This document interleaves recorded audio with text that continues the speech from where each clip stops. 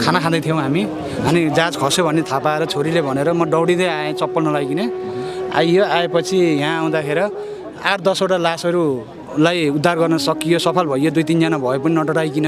र 2 जना लेडिजलाई, एउटा चाइनिज र एउटा नेपाली केटीलाई हामीले 17-18 वर्षकोलाई पानी भन्दै थियो।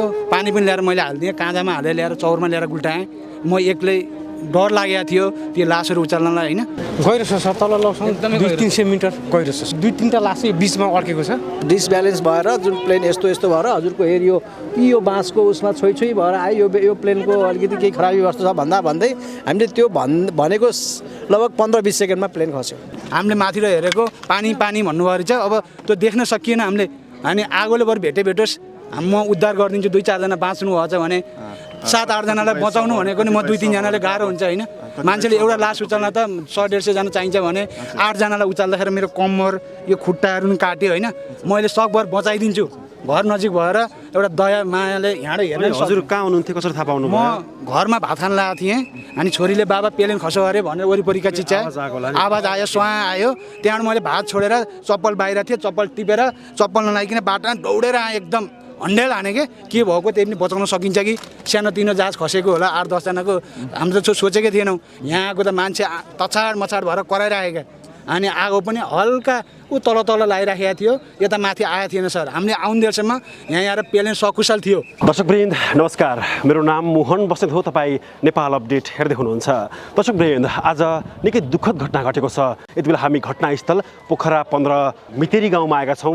तपाईँ देख्न सक्नुहुन्छ जहाज यो मितेरी गाउँको थोरै उतापट्टि सेतीको खोजमा जहाज दुर्घटना भएको थियो। यति बेला हामी घटनास्थलमा आएका छौँ। के भन्छन् त प्रत्यक्षदर्शी? हामी घटनास्थलमा यसै विषयमा रहेर कुराकानी गर्नेछौँ। हामीसँग रहनुहोला। खाना खाँदै थियौँ हामी। अनि जहाज खस्यो भन्ने थाहा पाएर छोरीले भनेर म दौडिँदै आएँ चप्पल नलाइकन। आएपछि यहाँ आउँदाखेरि 8-10वटा लासहरूलाई उद्धार गर्न सकियो, सफल भयो। 2-3 जना भए पनि नडराइकन। र 2 जना लेडिजलाई, एउटा चाइनिज र एउटा नेपाली केटीलाई हामीले 17-18 वर्षकोलाई पानी भन्दै थियो। पानी पनि ल्याएर मैले हालिदिएँ, काँजामा हालेर ल्याएर चौरमा ल्याएर गुल्टाएँ। म एक्लै डर लागेको थियो त्यो लासहरू उचाल्नलाई होइन। मेरो अरू साथीहरूले पनि साथ दिए। भाइ यो मोबाइलमा फोटो नखिचा, सबैलाई पर्छ यस्तो साथ दिनुपर्छ भनेर मैले अरूलाई पनि बोलाएँ। र 8वटा लासलाई मैले जल्न दिइनँ होइन। अरू त मैले सकिनँ, आफ्नो क्षमताले म एक्लै थिएँ पहिला। अनि अरू साथीहरू आउनुभयो, माथि तारबाट हेर्नुभएको थियो लेडिजहरूले। लेडिजहरू आउन सक्नु भएन। म पनि आउन उहाँ भाइले चाबी त्यहाँ तारको चाबी लाउनु भएको थियो। भाइ गएर चाबी खोल्न आउनुभयो। चाबी खोल्न आउँदा उहाँ 15-20 मिनट ढिला भयो। चाबी लिएर आउनुभयो, उहाँले खोल्नुभयो। अनि त्यहाँ पछि उहाँ नि आउनुभयो भाइ। हामी सबैले गरेर 8वटा लासलाई हामीले जल्न दिएन। 2टा लासलाई बचाउन सक्छु भन्ने मेरो हिम्मत थियो। त बच्न क्यार्नुहुन्छ उहाँहरूलाई मैले उचालेर काँचमा हालेर लगेर मैले एम्बुलेन्समा हालिदिएको छु। लेडिज, एउटा चाइनिज, एउटा नेपाली महिला हुनुहुन्थ्यो। अनि एउटा चाहिँ जीवितै उद्धार गर्नुभयो। 2जनाको जीवितै उद्धार गरेको। बाँच्न के गर्नुहुन्छ, हामीले यहाँबाट त्यति 5-10 मिनट नभएको भए आगोले भेटेर उहाँहरू पनि जल्न सक्नुहुन्थ्यो। जल्नै दिनु भएन त? जल्न हामीले दिएन होइन। अनि अरू भाइहरूले पनि दिनुभयो। 4-5 जना आउनुभयो, उहाँहरूले उचालिदिनु भयो। कहिले खुट्टा उचाल्यौँ, कहिले टाउको उचाल्यौँ होइन। यो खोजमा 5 जना थिए, सिटबाट उछिटिएर आउनुभयो रहेछ। हामीले माथि हेरेको पानी भन्नुभयो रहेछ। अब त्यो देख्न सकिएन हामीले।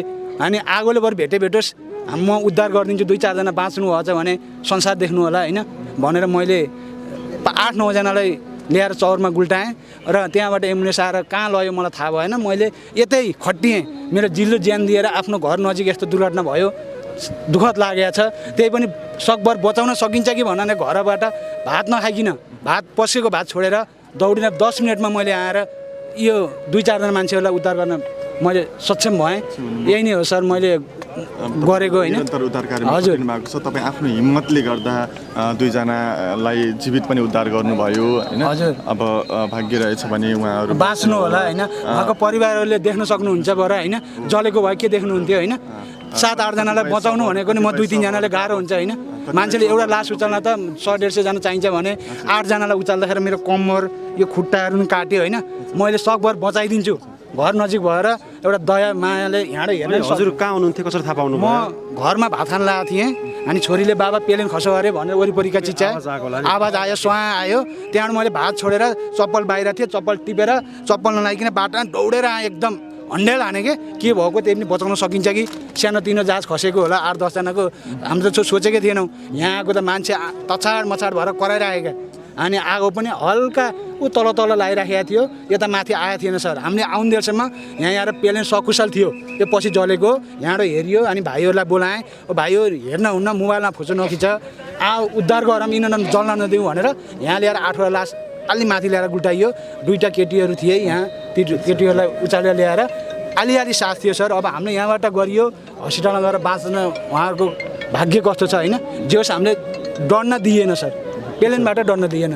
भाइ म होइन धेरै होइन सर, तपाईँ आउने बेला ठ्याक्कै कति मिनटको समयमा आइपुग्नु भयो तपाईँ? हामी खसेर ऊ भएको 15 मिनटमा त यहाँ पुगिसकेको थियौँ हामी। त्यो गेटको चाबी खोलेर यहाँ आउँदाखेरि गेट दाइहरूले खिचिदिनु हुँदो लाग्यो, अनि दाइहरूलाई नि अलिकति हेल्प गरियो। तर ऊ थियो कसरी थाहा पाउनु ठ्याक्कै?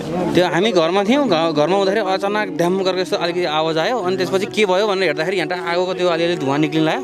त्यसपछि के भन्छ घरमा केही आगो लाग्यो के भयो भनेर त्यहाँ एउटा भाइको स्कुटी थियो, त्यो लिएर फटाफट आएर हेर्दाखेरि आगो लाग्छ। फेरि चाबी खोलेर भित्र आउँदा त यो प्लेन त जलिरहेको थियो। अनि नै हो भन्ने कुरा नजिकै आएर थाहा पाउनुभयो कि टाढैबाट थाहा पाउनुभयो? भन्नाले त्यहाँ आउँदाखेरि त्यो यहाँको यो दाइहरू यिनीहरूले कसैले भन्नुभयो कि प्लेन हो भन्न लाग्यो।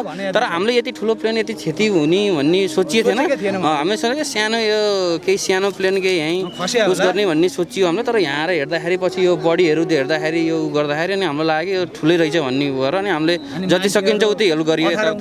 तछर मछर भएर आगो बोलिराखेको छ देख्दाखेरि अब यो मान्छेहरू धेरै छ, अनि हामीले उद्धार गर्नु सक्नुपर्छ, नजलोस् भनेर 8-10 जनाको गरियो सर। जस्तो यो प्लेन जलिरहेको समयमा, दुर्घटना भएको समयमा कोही व्यक्तिको आवाजहरू त्यस्तो आएको थियो कि नै? आवाज अलिअलि कराइराखेको थियो सर, पानी पानी भनेको थियो। हामीले अब पानी पनि खोल्टिया हातमा लिएर आइएको थिएन सर। कसरी अलिअलि जीवित भयो, हामीले उचालेर लग्यौँ भने त्यो सोचिएको थियो। पानी मैले पछि बाल्टीबाट मगाएर मुखमा हालिदिएको 2-3 जनालाई। त्यो पानी पनि सफा थिएन, कताबाट उठाएर ल्याउनु भएको थियो, फोहोर पानी थियो, मैले मुखमा हालिदिएँ। हामीले साथमा पानी बोकेर आइएको थिएन, किनकि के भयो भने हतारमा आइएको थियो। हतारमा आउँदाखेरि 8-10 जनाको जोगाइयो। जस्तो पानी भेटाउनु हो जस्तो पानी हालिदियो। 2 जना लेडिजलाई, एउटा चाइनिजलाई र एकजना नेपाली बहिनी 18-19 वर्षको थियो। उहाँहरू उछिटिएर परे खस्नुभयो रहेछ। अनि त्यहाँपछि केटाहरू 6 जना पुरुषहरू हुनुहुन्थ्यो, अनि एकजना चाइनिज केटी 4 वर्षकी। त्यो सकुशल चौरमा पुरा छटपटाइराखेको थियो। त्यो पछि आगोले भेट्यो, हामीले सकिएन, तान्न सकिएन। सर, कति बजेको समयमा बिहान पख यो जहाज दुर्घटना भएको जस्तो लाग्छ? लगभग 11 बजे करिब मान्छेहरू खानासाना खाएर पछि 10 त्यस्तै 11 लगभग 11 बजे थियो होला। हामी आउँदा 11:15तिर 11:05मा आएको थियौँ सर। 11:10-5मा हामी 10 मिनटमा जहाज खसेकोमा हामी यहाँ आइसकेका थियौँ। हामी छिमेकीहरू खस्यो, दुर्घटना भयो। त्यही हुनसक्छ हजुर, त्यही अनुभव गरेछ। मैले 10:30मा भात खान लागेको थिएँ। हजुर। एकजना व्यक्तिले त दुर्घटना हुने बेलाको पनि भिडियो खिच्नु भएको रहेछ। मैले मोबाइल ल्याएको थिइनँ, म एकदम लाइभ देखेको हामीले हो। हामी यहाँबाट खेलेर यहाँ तल पुगेका थियौँ। अनि प्लेन अलिकति कनेक्सन त्यसको अलिकति यस्तो डिसब्यालेन्स थियो। तपाईँले हावामै उडेको अवस्थामै देख्नु भएको? डिसब्यालेन्सै हुँदै ल हामी यहीँ माथि आउने भयो भनेर हामी हेर्दै प्लेन यहाँ खस्यो। प्लेन खसेपछि अनि हामीले सबैलाई खबर गऱ्यौँ। हामीले लगभग 6-7 जना उहाँ लगायत हामीले 6-7 जना 3-4 जनालाई हामीले लगभग 2 जनाको त अब अलिकति डेथ भइसकेको थिएन। अब उहाँहरूलाई हामीले अब 6-7 जनालाई हामीले पठायौँ। त्यो 6-7 जनाको लास जलेको पनि थिएन। अनि पछि आगो दन्किन थालेपछि अनि हामी अब त्यहाँ अलिक घुमिन गाह्रो भयो। सुरक्षाकर्मीहरू पनि आउनुभयो। अब उहाँहरूलाई हामीले यो गरेर उहाँहरूले अब हामीलाई हटाउनु भयो। अब हामी हट्न नि बाध्य हुनु पऱ्यो, किन भन्दा उहाँहरूको जिम्मेवारी हो। हामीले अब सक्दैनौँ। उहाँहरू अब उहाँसँग साधन थियो, स्रोत थियो। भनेपछि दाइ तपाईँले प्लेन हावामा उडिरहेको अवस्थामा डिसब्यालेन्स भएर पल्टिएको पनि देख्नुभयो है? एकदम खसेको खोजमा डिसब्यालेन्स भएर जुन प्लेन यस्तो भएर हजुरको हेरियो यो बाँसको उसमा छोइ भएर आयो। यो प्लेनको अलिकति केही खराबी वस्तु छ भन्दै हामीले त्यो भनेको लगभग 15-20 सेकेन्डमा प्लेन खस्यो। जस्तो यो घटनास्थलमा नजिक त ठुलो बस्ती पनि छ है? बस्ती कटेर यो खोजमा यता पनि बस्ती छ, यता पनि बस्ती छ। यो धेरैले भन्छन् नि दाइ, हामीलाई जहाँसम्म लाग्छ यो प्लेनको लगभग इन्जिनले काम गर्न छोडेर पाइलटले चाहिँ बस्ती र मानवीय क्षतिबाट जोगाउनलाई यहाँ ल्याएर यो खोजमा हालेको हामीले आकलन गरेका छौँ। यो खोजमा पानी पनि छ होला, अथवा पानीमा पऱ्यो भने अझ यात्रु पनि बचाउन सकिन्छ भन्ने पनि लाग्यो कि है? होला अब पाइलटलाई, किनभने पोखराकै उहाँ मेन पाइलट पोखराकै हुनुहुँदैछ, कमल केसी।